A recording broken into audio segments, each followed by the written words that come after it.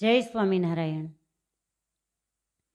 ભગવાન સ્વામિનારાયણે બંધાવેલા 6 ધામો અને મંદિરોની અંદર મહારાજે સ્વહસ્તે મૂર્તિની પ્રાણ પ્રતિષ્ઠા કરેલી અને 6 ધામોની અંદર જ્યારે મૂર્તિઓની પ્રાણ પ્રતિષ્ઠા કરી ત્યારે સ્વયં શ્રીજી મહારાજ એમ બોલેલા કે આ મૂર્તિઓની અંદર અમે દિવ્ય સ્વરૂપે સદાયને માટે રહેશું। અને આજે પણ જ્યારે આપણે મહારાજના સ્વહસ્તે સ્થાપિત થયેલ જે મૂર્તિઓ છે એની સામે બે હાથ જોડીને દર્શન કરતા હોઈએ ત્યારે અંતરથી અહેસાસ થાય કે ખરેખર મહારાજ આમાં પ્રગટ પુરુષોત્તમ નારાયણ બિરાજમાન છે। એવી જ રીતે જ્યારે મહારાજના બંધાવેલા એ મંદિરો છે એનો જ્યારે દ્વિશતાબ્દી મહોત્સવ આપણે એક પછી એક મંદિરોના ઉજવી રહ્યા છીએ એમ શ્રીજી મહારાજની પરાવાણી એવું જે વચનામૃત જેને મહારાજનું સ્વરૂપ કહેવામાં આવે એ ગઢડા મધ્ય પ્રકરણના 48મા વચનામૃતમાં વંદુના પદની રચના થઈ એ દિવસ સંવંત 1880 મહાવદી 14નો દિવસ અને જે દિવસને જે વંદુના પદની રચના થઈ એને 2080 મહાવદી 14ના દિવસે જ્યારે દ્વિશતાબ્દી વર્ષ પૂર્ણ થઈ રહ્યા છે ત્યારે વંદુના પદ છે એનો કેટલો અગાધ મહિમા છે। સ્વમુખે મહારાજ વચનામૃતમાં એમાં કહે કે એવી રીતે મૂર્તિને યાદ કરે એને અમે સાષ્ટાંગ દંડવત પ્રણામ કરીએ। જેને સ્વયં મહારાજ દંડવત પ્રણામ કરે એવું રહસ્ય આ 8 પદની અંદર હોય તો વિચાર કરો કે વંદુના પદનો મહિમા કેટલો હશે। અને એમ કહેવાય કે મોટા મોટા સંતોના મુખેથી સાંભળેલું છે કે તમે 8 પદ જે વંદુના છે એનું મહારાજની મૂર્તિને યાદ કરી અને ગાન કરો, એ વંદુનો પાઠ કરો તો 4 વેદ 6 શાસ્ત્ર અને 18 પુરાણ આનું જે શ્રવણ કરે પઠન કરે અને જે ફળની પ્રાપ્તિ થાય એ કેવળ અને કેવળ 8 પદ જે વંદુના એનું ગાન કરવાથી આ ફળની પ્રાપ્તિ થાય છે। અંતરની અંદર રહેલ જે વાસનાઓ છે એમાંથી મુક્ત કરનાર છે આ વંદુના પાઠ, કેમ કે એ 8 પદની અંદર મહારાજની મૂર્તિના સ્વરૂપનું વર્ણન કરવામાં આવ્યું છે અને પુરુષોત્તમ નારાયણના સ્વરૂપનું વર્ણન અને એનું ચિંતન એ અંતઃકરણમાં રહેલી કારણ શરીરમાં રહેલી વાસનાઓ છે એમાંથી વિરક્ત કરનાર છે। કેવળ અંતરાત્માની વાસનાઓથી વિરક્ત કરનાર આ પાઠ છે એવું જ નહીં, ઘણીવાર વ્યવહારિક દ્રષ્ટિએ પણ કંઈ પણ મનોકામનાઓ છે એ અપૂર્ણ હોય અને પૂર્ણ કરવા માટે પણ આ વંદુના પાઠ છે એનું ભક્તજનો પઠન કરતા હોય છે, જેથી કરી અને પોતે પોતાના લક્ષ્ય સુધી પહોંચી શકે છે। અને અમારા અનુભવની અંદર થયેલો સત્ય હકીકત એ જો કહું તો 2078ની સાલ દર વર્ષે અમે અહીંયા સારંગપુરથી બધા બહેનોને માઘ સ્નાન કરવા માટે સમુદ્રએ લઈ જઈએ, ગોપનાથ જઈએ અથવા તો મહુવા જઈએ, કોઈ પણ જગ્યાએ। 2078માં અમે નકલંગ જે નિષ્કલંક મહાદેવ ભાવનગરની બાજુમાં ત્યાં ગયા। શાસ્ત્રના નિયમ પ્રમાણે આકાશની અંદર તારા હોય ત્યાં સ્નાન કરવું એ અનુસારે અમે લગભગ 4 સાડા 4ના સમયે ત્યાં પહોંચ્યા। હવે આગળના દિવસે અમે ફોનની અંદર એક બહેન પાસે જોવડાવ્યું કે ભાઈ સમુદ્રની વેળ ક્યારે આવે છે, કેમ કે નિષ્કલંક મહાદેવના સમુદ્ર છે એનો રોજનો સમય હોય છે આવવા જવાનો, તો ભૂલથી વેળ આવવાના સમયના બદલે વેળ જવાનો સમય એમણે જોઈ આપ્યો। અમે ત્યાં પહોંચ્યા, ઘોર અંધારું, એક પણ ટમક્યું ક્યાંય જોવા ન મળે। 1 ફૂટના અંતરે કોઈ વ્યક્તિ ઊભી હોય તો વ્યક્તિ છે એને જોઈ ન શકાય, આટલું અંધારું। અને ફોનની લાઇટો કરીએ તો એટલા બધા મચ્છરો, સમુદ્રનો ઘૂઘવતો અવાજ ચારે બાજુ આવે. એકલા અમે બહેનો, અને બહેનોની અંદર પણ બધા જ બહેનો લગભગ 70 વર્ષની આસપાસના વડીલ બહેનો. ક્યાંય પણ સમુદ્ર છે દેખાય ને હવે કરવું શું? એ વખતે 2-3 બહેનો કહે છે કે બેન ચાલો આપણે અહીંયાથી ગોપનાથ જતા રહીએ. બહેનો એવું કે ગોપનાથ જો પહોંચે તો કદાચ સૂર્ય ઉદય થઈ જાય. અને મોટો ભય તો એ હતો કે વડીલ બહેનો છે અને કદાચ ન કરે નારાયણને કંઈક થયું તો જવાબદારી માથે આવે.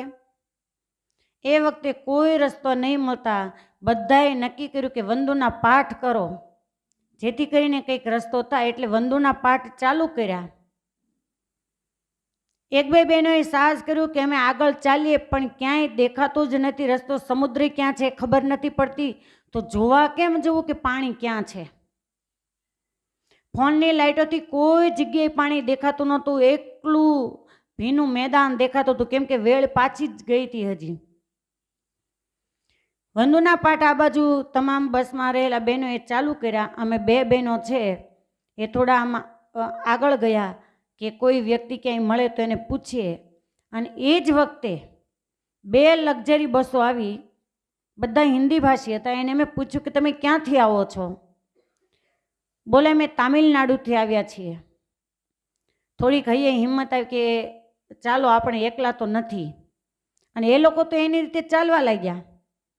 આ બાજુ અમે વંદુના પાઠ કરતાં કરતાં ગોપાળાનંદ સ્વામીનો પરચો પણ એકવાર બોલ્યા, 142મું પ્રકરણ. એ જ વખતે એક નાનું એવું મકાન અને એક ટમટમ્યું ગ્લોબ ચાલુ હતો, બલ્બ. ત્યાં ગયો તો એક દાઢીવાળા સાધુ મહાત્મા છે એ ઊભા થઈ અને એના ચોકની અંદર આમ જતા હતા. એટલે અમે એમને પૂછ્યું કે મહાત્માજી મારે 2 મિનિટ કામ છે. બોલે શું? અમે કીધું અમે માઘ સ્નાન કરવા માટે આવ્યા છીએ, તો સમુદ્રની વેળ ક્યારે આવશે અને કઈ જગ્યાએ અમારે માઘ સ્નાન કરવું? પાણી તો ક્યાંય દેખાતું નથી. એટલે બોલે છે કે માતાજી અત્યારે સમુદ્રની વેળ પાછી ગઈ, હવે તમે સ્નાન નહીં કરી શકો.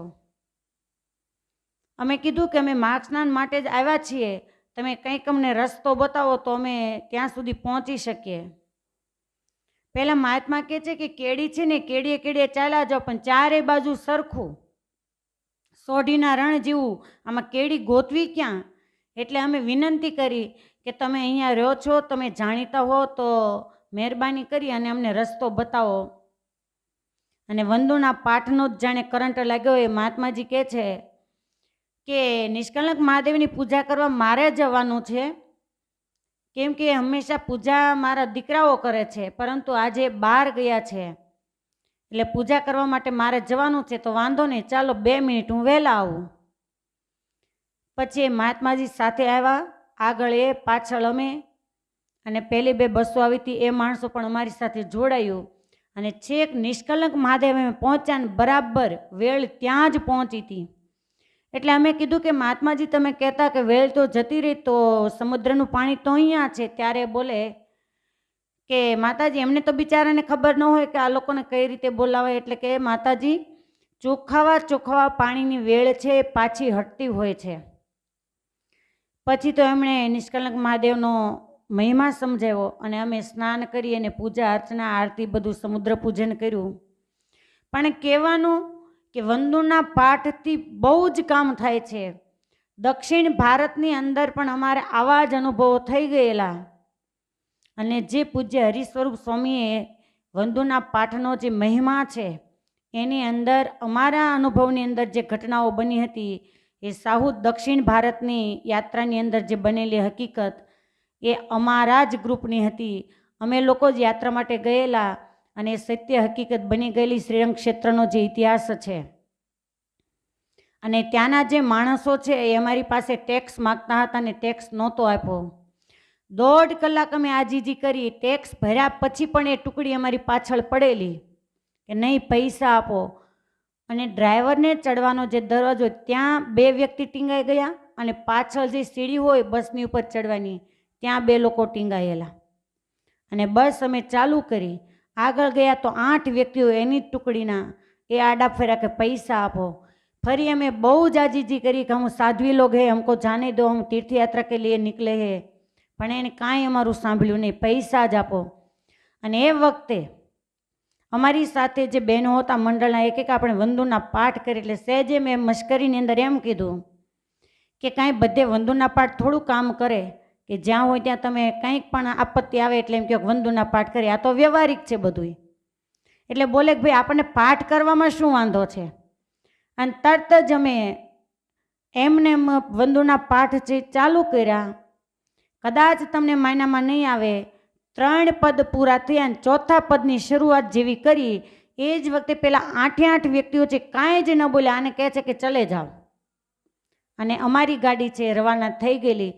એટલે જ્યારે 2080 મહાવદી 14નો દિવસ આવી રહ્યો છે અને જ્યારે દ્વિશતાબ્દી વર્ષ પૂરો થતું હોય ત્યારે ભગવાન સ્વામિનારાયણને રાજી કરવા માટે, એ પરમાત્માનો પૂર્ણ રાજીપો મેળવવા માટે આપણે રોજે જેટલા બને એટલા વંદુના પાઠ કરી અને મહારાજને રાજી કરીએ, જેથી કરીને કારણ શરીરની અંદર જે જન્મો જન્માંતરથી વાસનાઓ પડી છે એનાથી મહારાજ રાજી થઈ આપણને વિરક્ત કરે એવી પરમાત્માના ચરણોમાં પ્રાર્થના કરી, મૂર્તિનું ચિંતન કરી બને એટલા પાઠ કરવા સૌ કોઈને મારી 2 હાથ જોડી નમ્ર વિનંતી છે. અસ્તુ. જય સ્વામિનારાયણ.